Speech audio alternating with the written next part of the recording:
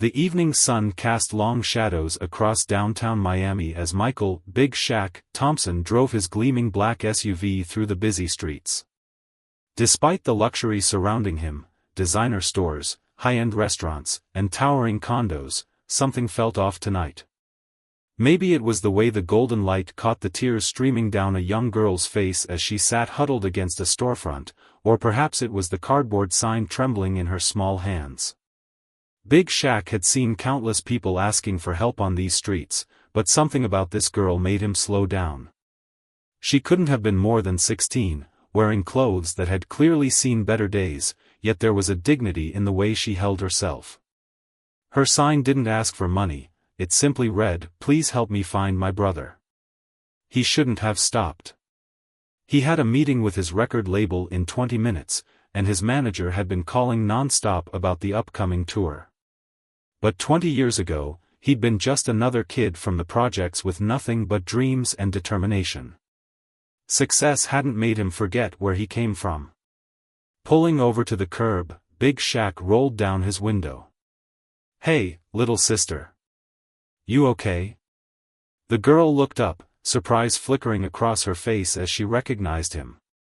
But unlike the usual starstruck reactions he got, she simply wiped her eyes and nodded. "I'm fine, sir. Just trying to find my brother." Something in her voice, a mix of hope and desperation, struck a chord. Big Shaq parked his car and stepped out, aware of the turning heads and whispers from passers-by. At 6 feet 4 inches with his signature gold chain and custom suit, he wasn't exactly inconspicuous. "I'm Michael," he said, crouching down to her level. "But most people call me Big Shaq. What's your name?" "Joy," she replied softly, clutching her backpack closer. "I've been looking for my brother for 3 days now." As she spoke, Big Shaq noticed details that set off alarm bells in his mind. The fresh bruise partially hidden by her sleeve. The way she flinched when someone walked too close. The careful way she spoke, as if weighing every word. "When's the last time you ate, Joy?" She shrugged, avoiding his eyes. "Yesterday, maybe?" Big Shaq stood up, making a decision that would change both their lives forever. "There's a diner around the corner. Let me buy you something to eat, and you can tell me about your brother." Joy hesitated, years of street-smart caution warring with desperate need. "I don't want to bother you. I know you must be busy." "I grew up with 7 siblings," Big Shaq said, remembering his own mother's struggles. "Family's everything. Come on, let's get some food in you, and then we'll figure this out together." As they walked to the diner, Big Shaq sent a quick text to his manager, "Meeting's gonna have to wait." Something more important came up. He could already hear the lecture he'd get later, but some things mattered more than record deals and tour dates.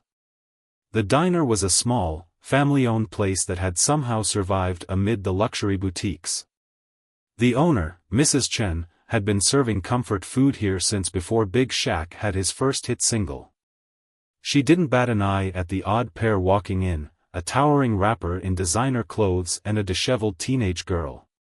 As Joy slowly worked her way through a burger and fries, her story began to unfold. She and her brother had been in the foster system since their mother passed away 2 years ago. They'd promised to stay together, but their last foster home had been a nightmare. Her brother had disappeared 3 days ago, leaving only a cryptic note about making things right. "He's all I have left," Joy said, her voice breaking. "He always protected me, and now I'm scared something bad has happened to him." Big Shaq listened, his own food growing cold as the pieces started coming together. The bruises. The fear. The brother's mysterious disappearance. He'd seen enough during his own rough childhood to recognize the signs of abuse. "Joy," he said carefully, "did something happen at your foster home? Something that made your brother want to leave?" The way she froze told him everything. A tear slipped down her cheek as she nodded almost imperceptibly. Big Shaq felt a familiar anger rising, the same fury that had once fueled his earliest rap lyrics about injustice and survival. But he kept his voice gentle. "It's not your fault. None of this is your fault." He pulled out his phone, scrolling through contacts until he found the number he needed. Years ago, before the fame, he'd worked with a youth outreach program. The director, Miss Angela, was still helping kids get off the streets and find safe homes. "I know some people who can help," he said. "Good people who've dedicated their lives to protecting kids like you and your brother. But you've got to trust me. Can you do that?" Joy studied him for a long moment, perhaps seeing past the celebrity facade to the person underneath, someone who understood what it meant to fight for survival, to protect family at any cost. "Okay," she whispered. "But please, help me find my brother first." As Big Shaq made the call, he realized his comfortable life was about to become considerably more complicated. But looking at Joy's hopeful face, he knew he couldn't walk away. Sometimes the most important moments in life come disguised as interruptions to our carefully laid plans. What he didn't know yet was that finding Joy's brother would uncover a web of corruption in the foster care system, test his faith in humanity, and remind him why he'd started making music in the first place, to give voice to those who couldn't speak for themselves. As the sun set over Miami, casting the city in shades of purple and gold, Big Shaq made a silent promise. He would help this girl find her brother, no matter what it took. After all, everyone deserves someone willing to fight for them.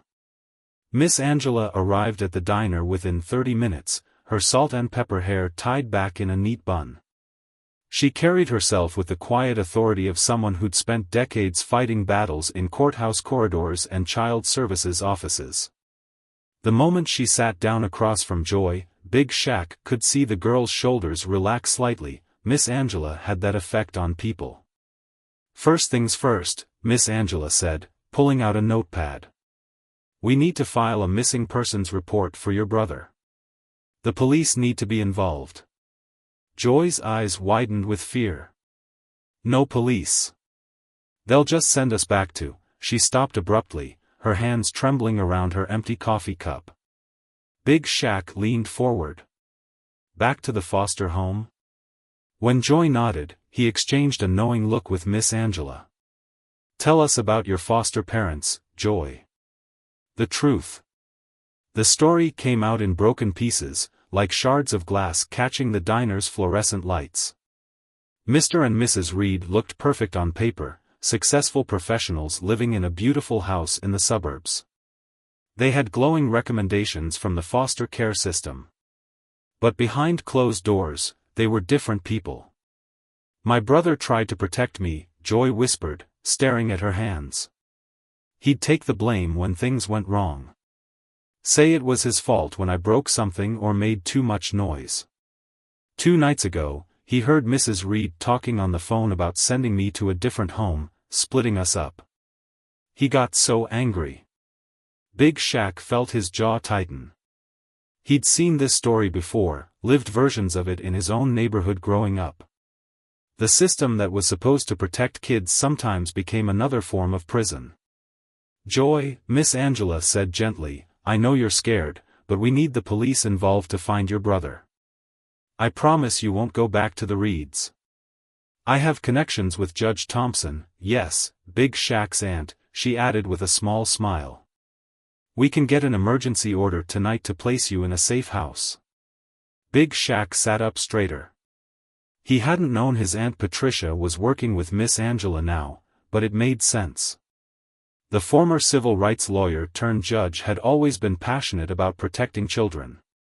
"I can make some calls too," Big Shaq added. "I know people all over the city. Someone must have seen your brother." Joy pulled out a worn photo from her backpack, a teenage boy with the same determined eyes as his sister, his arm protectively around her shoulders. "His name is David. He's really smart, got straight A's even with everything happening. He wants to be a doctor someday." Miss Angela took a photo of the picture with her phone, then made several rapid-fire calls. Within an hour, the diner had become an impromptu command center. Two police detectives who'd worked with Miss Angela before arrived, taking Joy's statement with unusual gentleness. Big Shaq's security team, led by his childhood friend Ray, spread out across the city with David's photo. But it was a text from one of Big Shaq's old neighborhood contacts that provided the first real lead. "Yo, saw a kid matching that description at the community center on 23rd. He was asking about youth shelters." "I know that place," Big Shaq said, already standing. "They run a basketball program for at-risk kids. I used to play there before." "Before you became famous," Joy finished, a hint of a smile touching her lips for the first time. The community center was closed for the night, but the security guard recognized Big Shaq immediately. "Man, I got all your albums. That song about your mama working 3 jobs? That's real talk right there." Inside, the basketball court was dark and quiet, but a light shone from under the door of the administrative office. The security guard's expression turned serious. "Yeah, I saw that kid. He seemed scared, like he was running from something. Said he needed information about shelters, places he could stay legal-like once he turned 18. I gave him some pamphlets, told him to come back tomorrow when the counselors are here." "Did he say where he was going?" Joy asked desperately. "Mentioned something about the library. Said he needed to use the computers." The public library was closed, but there was an all-night internet cafe 2 blocks away. As they drove there, Big Shaq noticed Joy getting more anxious, her fingers twisting the hem of her shirt. "What aren't you telling us?" he asked quietly. Joy bit her lip. "David, he's been learning about computer stuff. Really advanced things. He said knowledge was power, that he was going to prove what the Reeds were doing. I didn't understand all of it, but he was always on his laptop, looking at documents." Miss Angela's expression sharpened. "Was he hacking?" "He said he found something big. Something about money and kids being moved around like they weren't even people. He has all the evidence on his laptop." The pieces suddenly clicked into place.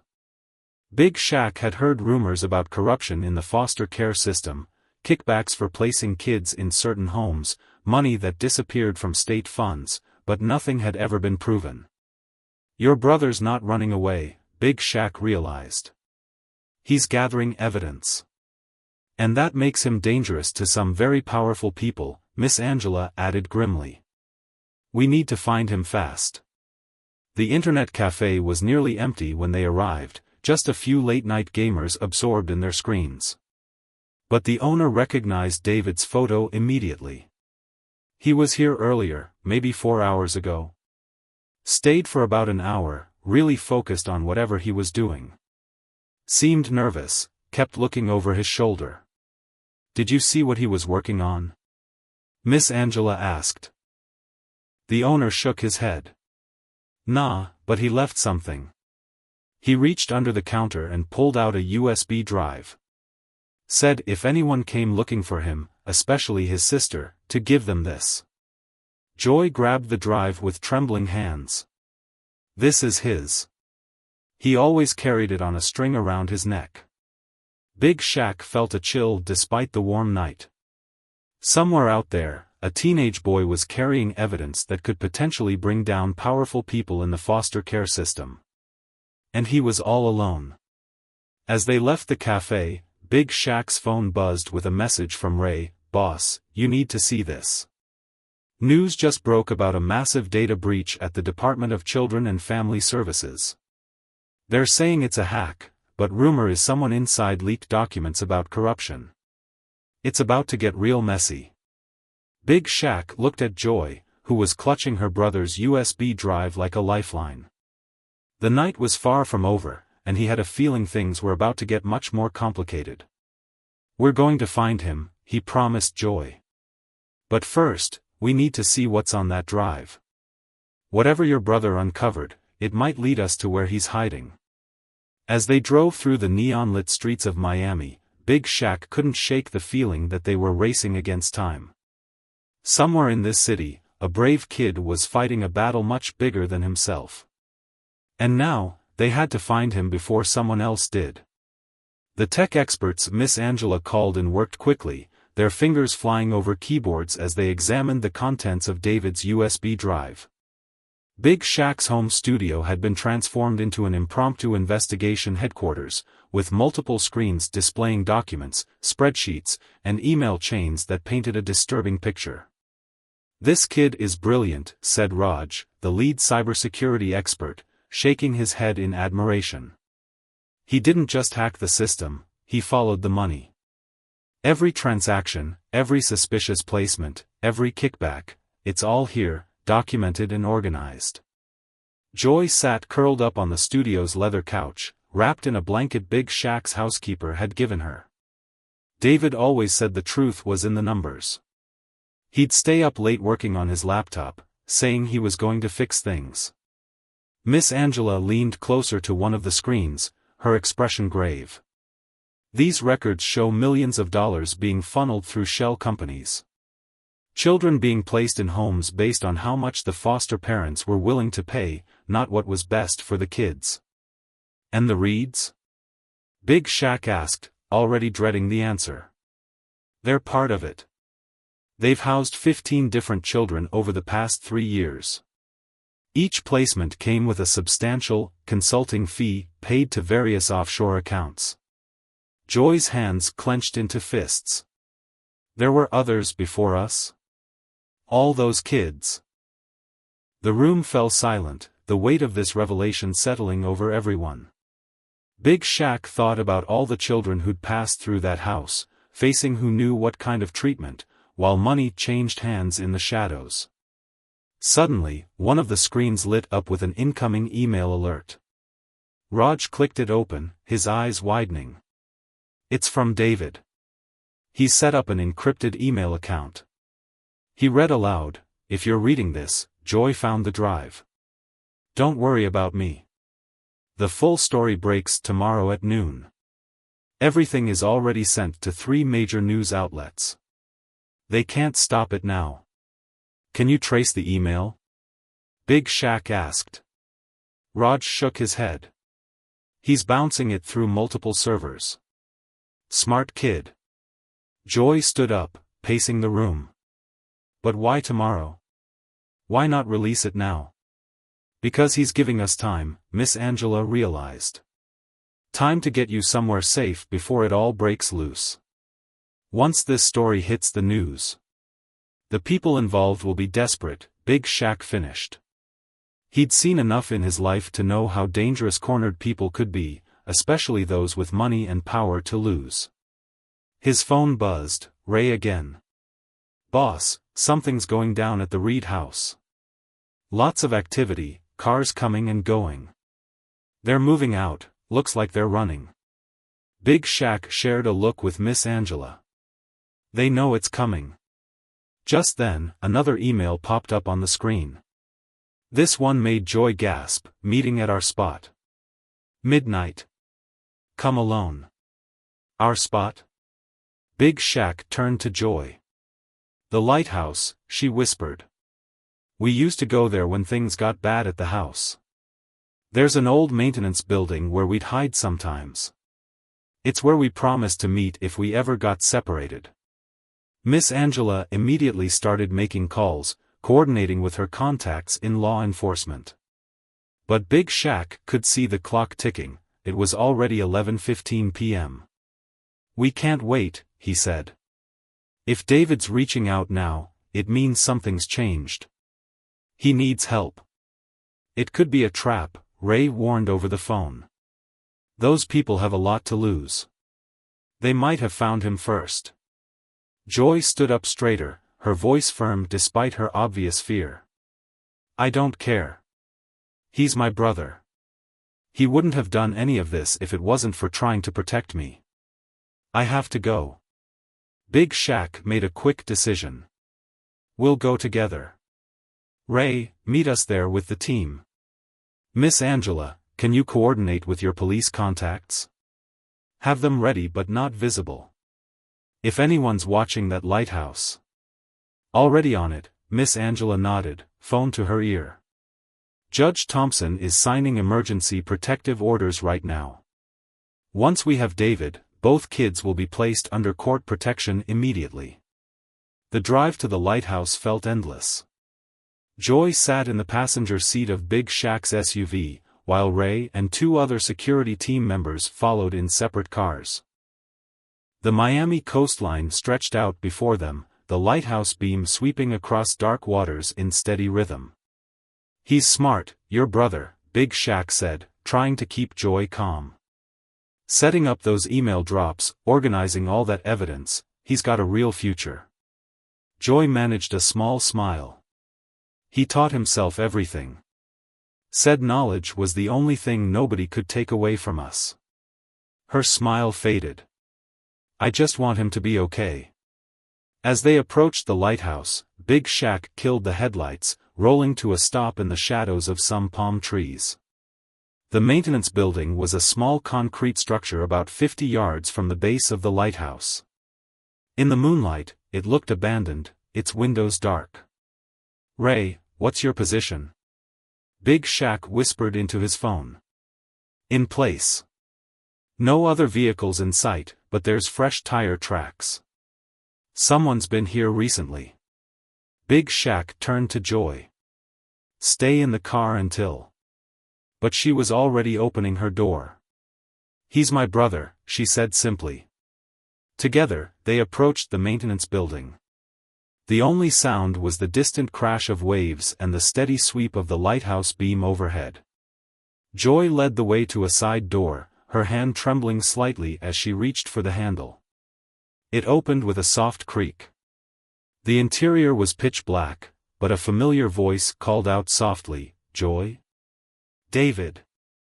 Before Big Shaq could stop her, Joy rushed forward into the darkness. He quickly followed, phone flashlight illuminating the space, and froze. David stood in the center of the room, but he wasn't alone. A man in an expensive suit had a firm grip on the boy's shoulder, and the metallic glint in his hand left no doubt about the seriousness of the situation. I'm sorry, David said, his voice shaking. They found me an hour ago. They want the evidence gone before the news breaks. The man's smile was cold. Mr. Thompson. This is an unexpected pleasure. I'm a big fan of your music. But I'm afraid you've involved yourself in something rather complicated. Big Shaq kept his voice steady, even as his mind raced through options. Let him go. Whatever you're being paid, I can double it. This isn't about money anymore, the man replied. It's about survival. Do you know what happens to people like me in prison? Now, where are the files? Gone, David said defiantly. Already sent to the press. Deleting them now won't change anything. The man's grip tightened. Maybe not. But it might make me feel better. What happened next seemed to unfold in slow motion. As the man's attention focused on David, Joy suddenly moved. In the dim light, Big Shaq saw something arc through the air, the USB drive. The man instinctively reached for it with his free hand, his grip on David loosening for just a fraction of a second. It was all the opening they needed. In that split second of distraction, Big Shaq's years of street-smart instincts took over. He lunged forward, his large frame blocking the man's view as David twisted free and Joy pulled her brother toward the door. The USB drive clattered harmlessly in a corner, forgotten in the chaos. Ray, now. Big Shaq's voice boomed through the small space. The maintenance building's doors burst open, flooding the room with light as his security team rushed in. The man's weapon clattered to the ground as Ray's team swiftly subdued him. You have no idea what you're dealing with, the man spat, his expensive suit now dusty and disheveled. I have friends in high places. Miss Angela's voice cut through the tension as she stepped into the building, accompanied by several police officers. Like District Attorney Harrison? He's already in custody, along with Mrs. Reed. "It seems your friends aren't as loyal as you thought." Joy and David clung to each other, tears streaming down both their faces as they realized it was finally over. Big Shaq watched as Miss Angela coordinated with the officers, ensuring everything was done by the book. His phone was already buzzing with messages. News about the foster care scandal was breaking early, spreading across social media like wildfire. "You okay, little brother?" Big Shaq asked David, placing a gentle hand on the boy's shoulder.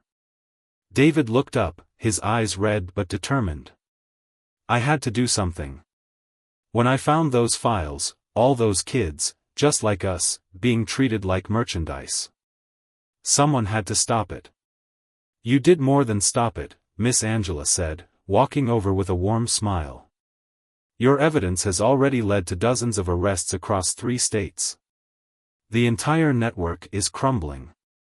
As the police led the man away, Big Shaq noticed Joy and David watching with a mixture of relief and uncertainty. He recognized that look, the one that asked, "What happens to us now?" "Miss Angela," he said, an idea forming. "Remember that youth center we talked about starting? The one for kids aging out of the system?" She raised an eyebrow, already seeing where he was going. "The one you were going to fund with your next tour earnings?" "Why wait? I'm thinking we could use someone with David's computer skills to help set up the technical side. And Joy, well, she's got a way of connecting with people who are hurting." The siblings looked at him in disbelief. David spoke first, his voice cautious. "You trust us? After everything? Kid, you just took down a corrupt foster care ring because you wanted to protect your sister and help other children. That's exactly the kind of person I want involved in this project." Miss Angela nodded approvingly. "I'll fast-track the paperwork. We can set up a transitional guardian arrangement until they're both of age. Of course, they'll need a stable adult mentor who can." "I'll do it," Big Shaq said without hesitation. "My house is too big for just me anyway." Joy's eyes widened. "But your career, your tours." Big Shaq laughed. "Trust me, having 2 teenagers around will give me plenty of new material to write about. Besides," his voice softened, "family is everything, remember?" As the sun began to rise over Miami, casting golden light across the lighthouse and the calm morning sea, Big Shaq watched as Joy and David sat together on the hood of his SUV, talking quietly. They had a long road ahead, healing from trauma, testifying in court cases, building new lives. But they wouldn't be walking that road alone. Ray approached, holding up his phone. "Boss, you might want to see this. The story's everywhere. Social media's blowing up. Your name's trending, people are calling you a hero." Big Shaq shook his head. "The real heroes are those 2 kids over there. Sometimes the bravest thing isn't standing up to your enemies, it's standing up for what's right, even when the whole world seems against you." Miss Angela joined them, paperwork in hand. The judge approved the emergency placement. "They can go home with you today." "But Big Shaq, are you sure about this? Taking in 2 teenagers, especially after what they've been through, it won't be easy." He watched as David showed Joy something on his phone, making her laugh for the first time since this whole ordeal began. The best things in life never are. But that's what makes them worth it. The next few hours were a whirlwind of activity. News vans began arriving at the lighthouse, but Ray's team kept them at bay. Big Shaq's manager called in a panic about cancelled appearances and schedule changes, but for once, the rapper wasn't worried about his career. Some things were more important than record sales and tour dates. Back at his house, his housekeeper, Mrs. Torres, had already prepared rooms for Joy and David. The siblings stood in the massive foyer, looking both overwhelmed and exhausted. "First things first," Big Shaq announced. "Sleep. Then breakfast. Mrs. Torres makes the best pancakes in Miami. After that, we'll figure out everything else together." As the kids headed upstairs, Miss Angela pulled Big Shaq aside. "You know the media circus is just beginning, right? This story's too big to ignore: corruption, heroic teenagers, a famous rapper taking in foster kids." "Let them talk," Big Shaq shrugged. "Maybe it'll inspire other people to step up, make a difference." Later that evening, after Joy and David had rested and eaten their fill of Mrs. Torres's cooking, Big Shaq found them in his home studio. David was examining the equipment with fascination while Joy flipped through some of his old notebooks filled with lyrics. "You wrote about growing up in the projects," Joy said, looking up from a page. "About feeling invisible, like nobody cared." "Music was my way out," Big Shaq explained, sitting down beside them. "My way of telling stories that needed to be told. Now it's your turn to tell your story, in whatever way feels right." David touched one of the keyboards gently. "I always wanted to learn music production. The technical side of it, you know." "Well, you've got a pretty good teacher right here," Big Shaq smiled. "And Joy, I've heard you humming when you think nobody's listening. You've got talent, girl." For the first time, both siblings looked truly hopeful about the future. They weren't just survivors anymore, they were young people with dreams and opportunities ahead of them. Outside, the Miami night was alive with lights and energy. Somewhere in the city, reporters were still telling the story of two brave foster kids who exposed corruption and found an unlikely ally in a famous rapper. But here in this room, it was simpler than that. It was just about family, about finding home in unexpected places, and about the power of standing up for what's right. Big Shaq looked at Joy and David, remembering that moment just yesterday when he'd first seen a girl with a cardboard sign asking for help. Sometimes the biggest changes in life start with the smallest acts of kindness. All you have to do is be willing to stop and listen. The next few weeks brought changes no one could have predicted. Big Shaq's mansion, once a showcase of his success, transformed into something warmer, a real home.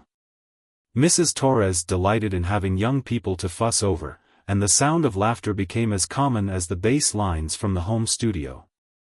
But it wasn't all smooth sailing.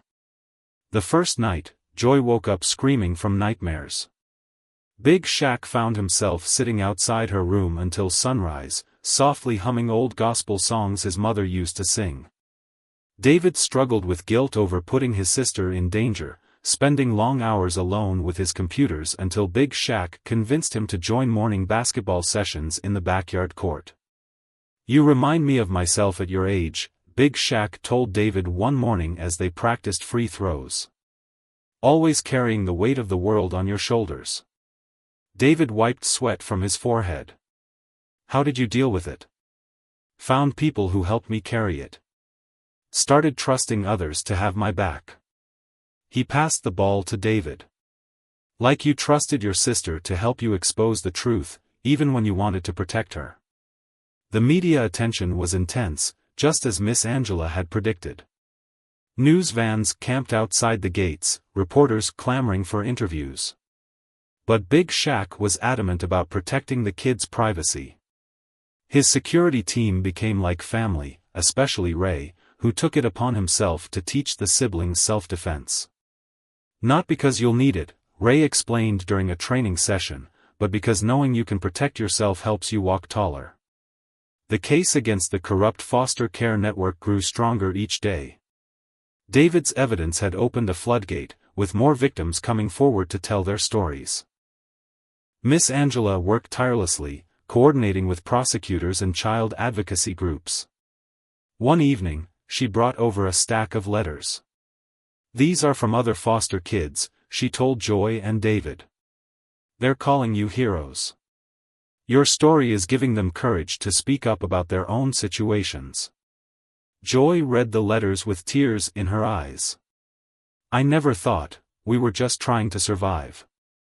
"Sometimes survival is the most powerful form of resistance," Big Shaq said, remembering his own journey from the projects to stardom.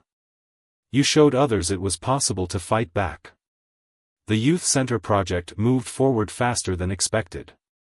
Big Shaq converted an old warehouse into a state-of-the-art facility, complete with recording studios, computer labs, and counseling offices.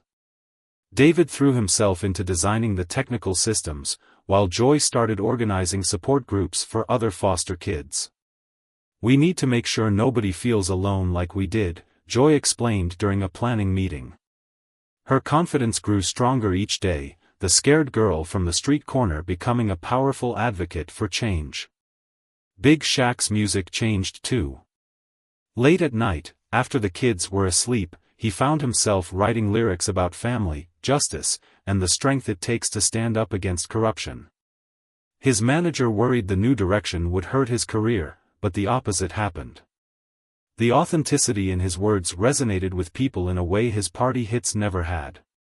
"Your words feel different now," David observed one day in the studio, watching Big Shaq work. "More real." "That's because I'm seeing the world through new eyes," Big Shaq replied. "Sometimes it takes someone else's story to help you tell your own truth." The courthouse hearings began in early fall. Joy and David had to testify, reliving painful memories before a packed courtroom. Big Shaq sat in the front row each day, his presence a silent reminder that they weren't alone anymore. Mrs. Reed broke down on the stand, confessing to everything and implicating others in the scheme. The district attorney, several social workers, and numerous foster parents faced serious charges. The system that had failed so many children was finally being held accountable. But the real change happened in quieter moments. Like when Joy started singing in the studio, her voice carrying pain and hope in equal measure. Or when David helped another teenage hacker turn evidence of abuse over to authorities, using his experience to guide others toward justice rather than revenge. One Sunday afternoon, Big Shaq hosted a barbecue by the pool. Miss Angela came with news about the youth center's official opening. Ray brought his family, his kids immediately pulling Joy and David into a splash war. Mrs. Torres outdid herself with the food, proudly watching everyone enjoy her cooking. "You've built something special here," Miss Angela told Big Shaq as they watched the scene. "Not just a home, but a model for change." "They built it," Big Shaq corrected her. "I just provided the space." Later that evening, as the Miami sunset painted the sky in brilliant colors, Joy found Big Shaq in his favorite spot on the balcony. "I've been thinking about that day you stopped to help me," she said. "Why did you do it?" "Really?" Big Shaq was quiet for a moment, watching David below as he taught Ray's youngest kid how to dribble a basketball. "Because 20 years ago, I was that kid holding a cardboard sign. Different circumstances, same lost feeling. Someone stopped to help me, my music teacher, Mr. Washington. He saw something in me worth saving. And now you're doing the same for others," Joy smiled. "We all are. That's how change happens. One person stops to help, then that person helps someone else, and the circle keeps growing." The youth center opened its doors the following week. Hundreds of young people came, each with their own stories of struggle and survival. Joy and David were there every day after school, turning their pain into purpose. They knew better than anyone what these kids were going through. Big Shaq's new album, inspired by the past few months, broke records and won awards. But more importantly, it started conversations about foster care reform and child protection. The court cases led to new legislation, stricter oversight of foster homes, and increased support for aging-out youth. "You know what's funny?" David said one night during family dinner. "We thought we were just trying to escape the system. Turns out we were helping to fix it."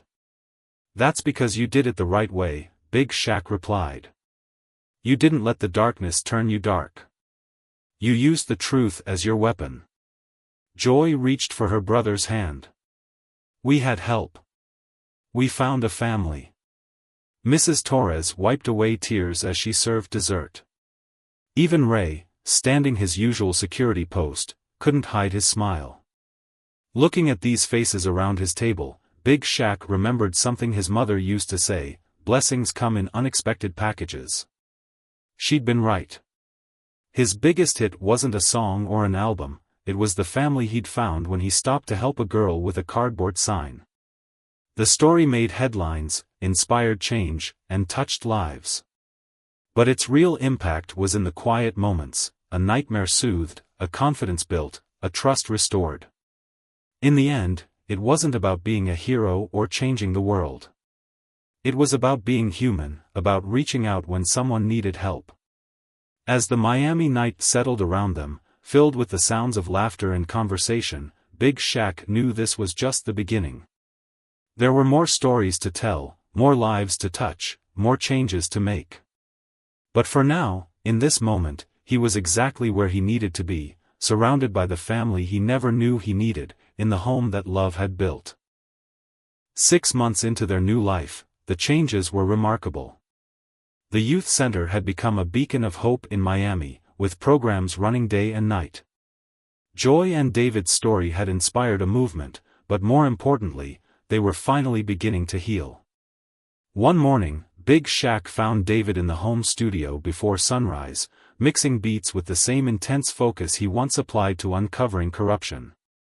The boy had discovered a natural talent for music production, blending technical precision with raw emotion in ways that surprised even seasoned professionals. "Couldn't sleep?"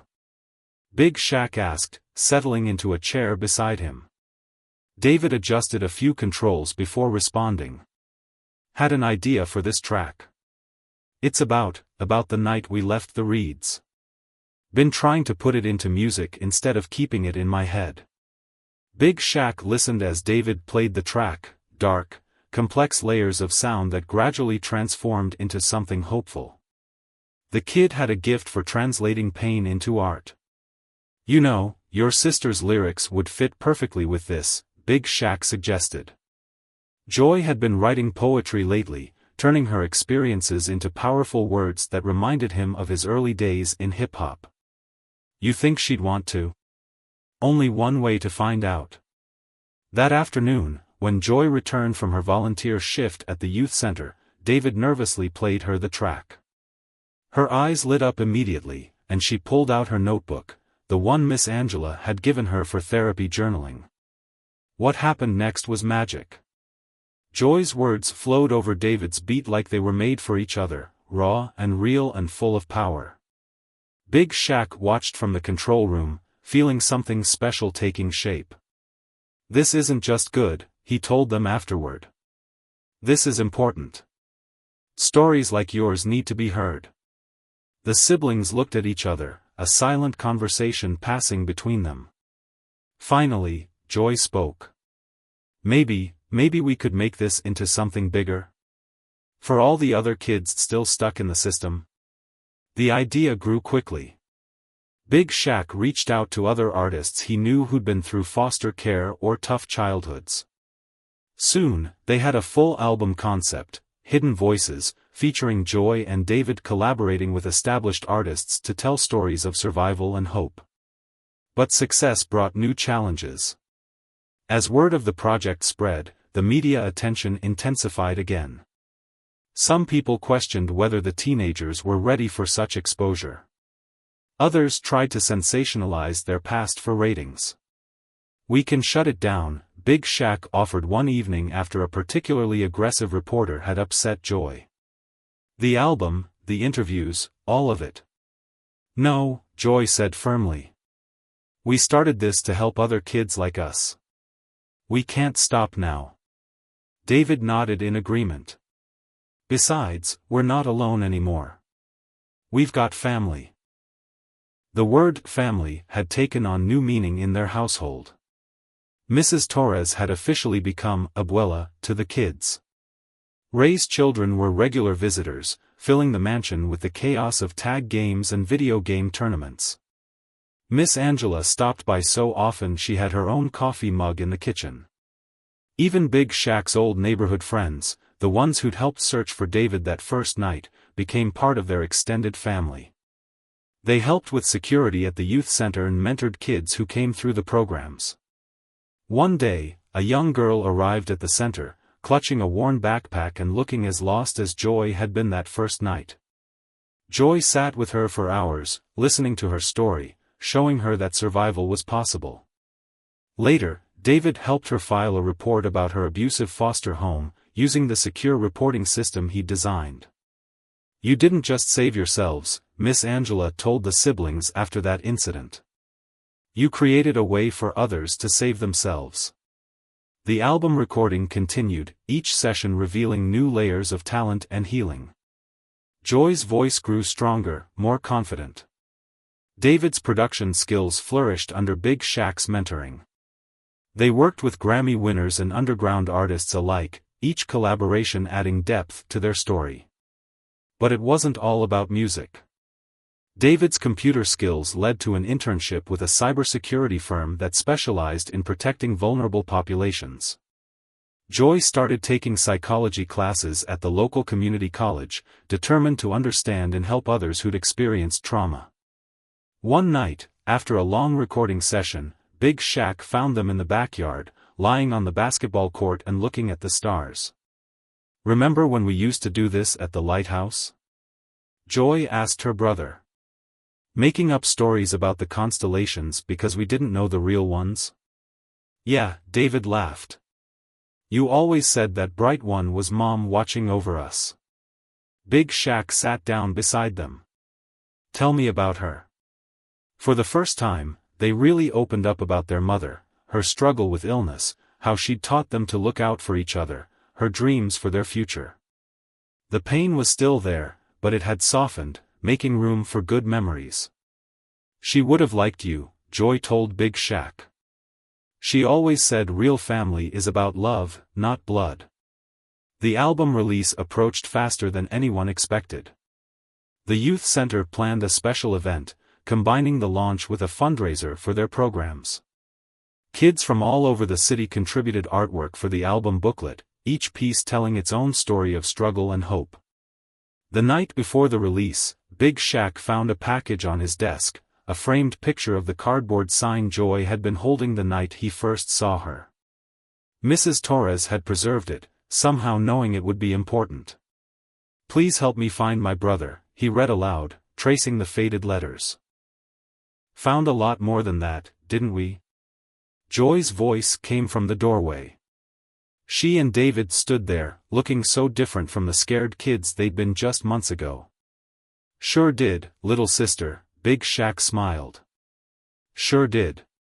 The album release event was more than just a celebration, it was a statement. Hundreds of people came, including foster kids, social workers, and even some state legislators. Joy and David performed their songs live for the first time, their truth echoing through the packed youth center. Between songs, they shared stories. Not just their own, but stories of other kids they'd met, of lives changed and hope restored. The audience listened in tears as Joy sang about their mother, as David's beats captured the rhythm of their journey from darkness to light. Big Shaq watched from the side of the stage, remembering that night months ago when he'd almost driven past a girl with a cardboard sign. One small decision, one moment of choosing to stop and help, had created ripples that were still spreading. After the event, back at home, they sat around the pool, tired but happy. The Miami night was warm, filled with the sounds of cicadas and distant music from neighboring houses. "So what's next?" Big Shaq asked, looking at his unlikely family. "More music," David said immediately. "More helping," Joy added. "More living," Mrs. Torres called from the kitchen window, where she was already preparing a late-night feast. Big Shaq looked at these people who had changed his life as much as he'd changed theirs. The foster system was still far from perfect, but they were making a difference, one story, one song, one life at a time. "Sounds like a plan," he said, as the stars twinkled above their home, a home built on second chances, unexpected kindness, and the unshakable power of choosing to help when it matters most. The success of Hidden Voices exceeded everyone's expectations. Within weeks, the album went viral, not just for its music but for the message it carried. Joy and David's story reached corners of the world they never imagined, inspiring similar youth centers to open in other cities. One morning, as Big Shaq scrolled through his phone during breakfast, he came across something that made him pause. "Hey, look at this," he called to Joy and David, who were debating the merits of Abuela Torres's new breakfast smoothie recipe. It was a video from a small town in Georgia. Kids from a local foster home had created their own version of Joy and David's lead single, complete with hand-drawn costumes and passionate performances. "They're just like we were," Joy whispered, watching the young faces on the screen. Looking for a way to be heard. David was already at his laptop, tracking down contact information for the foster home. "We should invite them here," he suggested. "Show them the studio, maybe help them record their own song." Big Shaq smiled, remembering how far these two had come from the scared teenagers they'd once been. "Already thinking like producers, huh?" The Georgia kids' visit turned into something bigger. Other foster homes reached out, and soon the youth center was hosting weekend workshops for young artists from all over the country. Joy and David threw themselves into mentoring, showing others how to turn their pain into power through music and technology. But it wasn't all spotlights and success. The court cases against the corrupt foster care network continued, requiring Joy and David to testify multiple times. Each session brought back difficult memories, but they faced them together, their growing family by their side. One particularly tough day in court, after hearing Mrs. Reed's tearful confession about other children she'd harmed, Joy broke down in the courthouse bathroom. Big Shaq found her there, with David standing guard outside the door. "Sometimes I feel guilty," Joy admitted later that evening, sitting in their favorite spot by the pool. "We got out. We found you, found this amazing life. But so many others. That's why we keep working," Big Shaq reminded her. "Every kid we help at the center, every story we tell through music, every corrupt official we expose, it all matters." The youth center continued to evolve. David's tech programs expanded to include coding classes and cybersecurity training, teaching kids skills that could help them build better futures. Joy started a storytelling program, helping young people find their voices through writing and music. Miss Angela brought news that their case had inspired a congressional hearing on foster care reform. "They want you both to testify," she told them over Sunday dinner. "Your story could help change national policy." The siblings shared a look before David spoke. "Will it help prevent what happened to us from happening to others?" "It already has," Miss Angela assured them. "But this could make the changes permanent, legally binding." Preparing for the congressional testimony was intense.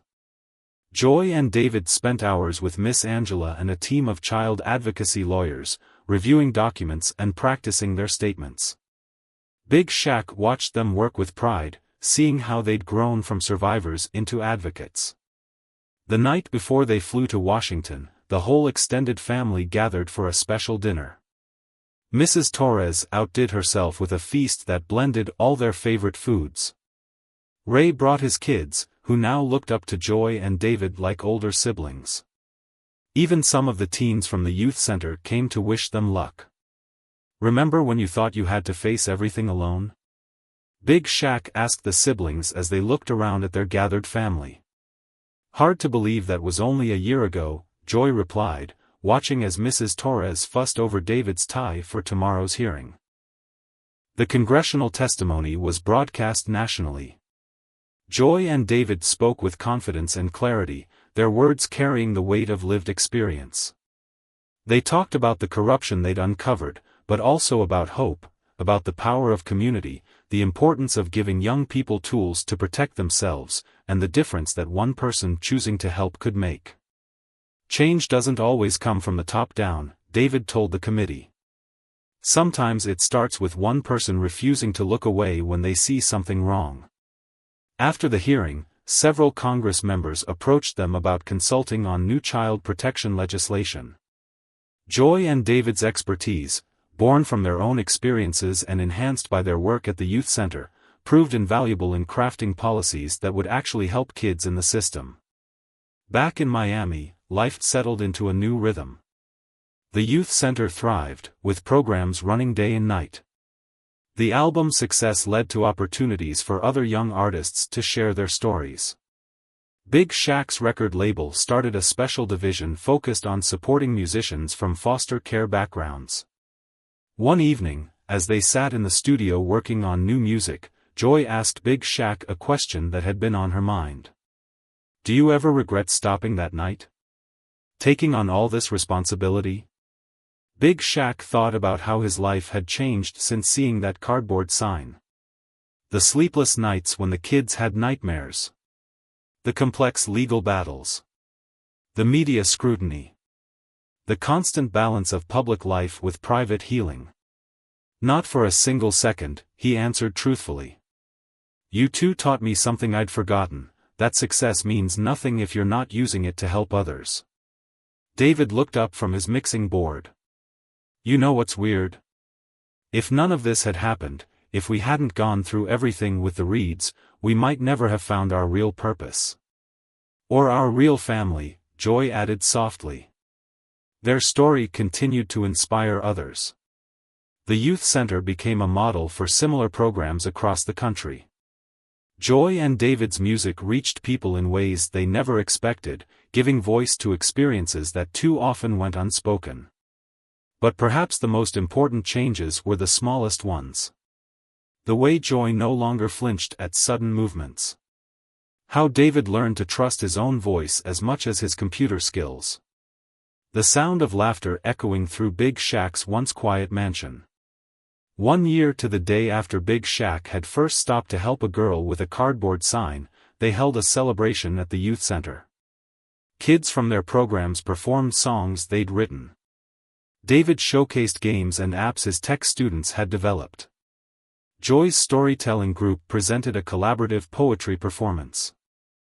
Looking out at the crowd, at the mixing of biological families and chosen ones, at the faces of kids who'd found hope in their programs, at the community they'd built together, Big Shaq realized something profound. "You know what you two did?" he asked Joy and David as they watched the celebrations. "You didn't just expose corruption or make great music. You showed people that family isn't just about blood. It's about who chooses to stay, who chooses to help, who chooses to love." Joy leaned against his shoulder while David stood tall beside them. Above the Miami skyline, stars twinkled just like they had on that first night at the lighthouse. But now, instead of hiding in an abandoned building, they were surrounded by light, love, and the family they'd built together. The story of a rapper who stopped to help a homeless girl had become something much bigger, a testament to the power of choosing kindness, of standing up for what's right, and of believing that even the deepest wounds can heal when surrounded by love. 2 years after that fateful night on the Miami streets, the impact of a simple act of kindness had created waves that continued to ripple outward.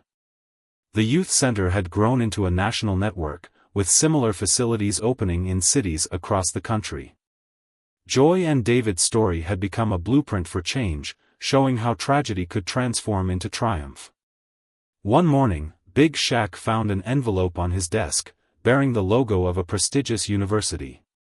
Inside was an early acceptance letter for David, along with a full scholarship to study computer science and music production. "I can't leave," David protested when Big Shaq showed him the letter. "The youth center needs me, and Joy is already planning your dorm room decorations," Joy interrupted, appearing in the doorway with a grin. She was wearing the studio headphones David had customized for her last birthday, her own acceptance letter to a local college tucked in her back pocket. Big Shaq watched the siblings with pride. David had grown into a confident young man, his technical brilliance now matched by his emotional intelligence. Joy's healing journey had transformed her into a powerful advocate for foster children, her music and poetry touching hearts across the nation. "The center will be fine," Big Shaq assured them. "You've built something bigger than yourselves. Now it's time to grow in new ways." The proof of their impact was everywhere. The corrupt foster care network they'd exposed had led to system-wide reforms. Their story had inspired new legislation, better oversight, and increased support for foster children. The Hidden Voices album had sparked a movement, with foster kids across the country finding their own ways to speak truth to power. Mrs. Torres, now officially their legal grandmother, had expanded her role beyond the household. She ran cooking classes at the youth center, creating a space where kids could feel the warmth of home while learning valuable life skills. Her kitchen had become a sanctuary for young people seeking comfort and connection. "Food heals the heart," she always said, sneaking extra portions to anyone who looked hungry. Ray had developed a mentorship program, training former foster kids to become security professionals. Protection isn't just about physical safety, he taught them. It's about creating spaces where people can heal and grow. Miss Angela's legal advocacy had expanded too. She now headed a nonprofit that provided free legal services to foster children, with offices in 3 states. The walls of her practice were covered with success stories, kids who'd found justice, families reunited, lives rebuilt. One afternoon, as they prepared for David's graduation ceremony, Joy found an old box in her closet. Inside was the cardboard sign that had started everything, preserved by Mrs. Torres's careful hands. "Remember how scared I was that night?" Joy asked, running her fingers over the faded letters. "I thought I'd lost everything." "Instead, you found everything," Big Shaq said softly. "And helped others find their way too." The graduation ceremony was a family affair in the truest sense. Their biological mother's photo sat in a place of honor, surrounded by the family they'd built together. Mrs. Torres cried happy tears, Ray's kids cheered loudly, and Miss Angela beamed with pride. But perhaps the most touching moment came afterward, at the youth center celebration. Dozens of kids from their programs performed a surprise tribute, a song they'd written about chosen family and the power of not giving up. "You see?" Big Shaq whispered to Joy and David as they watched. "Your story lives on in them now." That evening, they gathered on the back patio of their home. The Miami sunset painted the sky in brilliant colors, just like it had on so many important nights in their journey. Mrs. Torres had prepared a feast, and the sounds of laughter and conversation filled the air. "I've been thinking," David said, looking at his acceptance letter. "Maybe we could develop an app for foster kids. Something to help them connect with resources, report abuse safely, find support. Like a digital safety net," Joy added excitedly. "We could integrate it with the youth center network." Big Shaq smiled, remembering how far they'd come from that first night. David was no longer the scared boy hiding behind his computer skills, but a young man using his talents to lift others up. Joy had transformed her pain into purpose, her voice now strong and sure. "You know what amazes me?" Big Shaq said, looking at his family. "How the worst moments in life can lead to the most beautiful changes. Like stopping to help a girl with a cardboard sign?" Joy teased. "Exactly like that." As the stars began to appear, they talked about the future. David's university plans, Joy's growing influence in foster care advocacy, the expanding youth center network. But they also remembered the past, their mother's love, the hard times that had made them stronger, the moment their lives had changed on a Miami street corner. "Sometimes I wonder," Joy said thoughtfully, "how many other stories like ours are out there? How many kids just need someone to stop and help?" "That's why we keep working," David replied. "Why we keep sharing our story. And why we never forget where we came from," Big Shaq added. The night wound down with music, as so many of their nights did now. Joy's voice carried across the backyard, backed by David's beats and Big Shaq's rhythm. They sang about hope and healing, about family found in unexpected places, about the power of choosing to help. Mrs. Torres watched from the kitchen window, her heart full. Ray's kids had fallen asleep on the patio couches, lulled by the music and the warm night air. Miss Angela sat quietly, documenting another success story in her mind. As the last song faded, Big Shaq looked at the family he'd never expected to have. The scared teenagers he'd met that night had grown into remarkable young adults, their pain transformed into purpose, their struggles into strength. "You know what?" he said, as they packed up the music equipment. "Success isn't about how many records you sell or how much money you make. It's about the lives you touch, the changes you create, the love you share." Joy hugged him tight. "Thank you for stopping that night. Thank you for being brave enough to accept help," he replied. David joined the hug, and soon the whole family was together, bound by love and choice rather than blood. The story of Big Shaq and the homeless girl had become legend in Miami, but the real story was much simpler. It was about the courage to ask for help, the kindness to give it, and the power of choosing to make a difference in someone's life. As the Miami night settled around their home, stars twinkling above like distant dreams made real, they knew this wasn't the end of their story. It was just the beginning of a new chapter, filled with possibilities and hope. For every cardboard sign still out there, for every child still waiting for help, their story whispered a powerful truth: sometimes the biggest changes start with the smallest acts of kindness. All you have to do is be brave enough to stop, to help, to love. And in that truth, hope bloomed like stars in the Miami night, lighting the way forward for others to follow.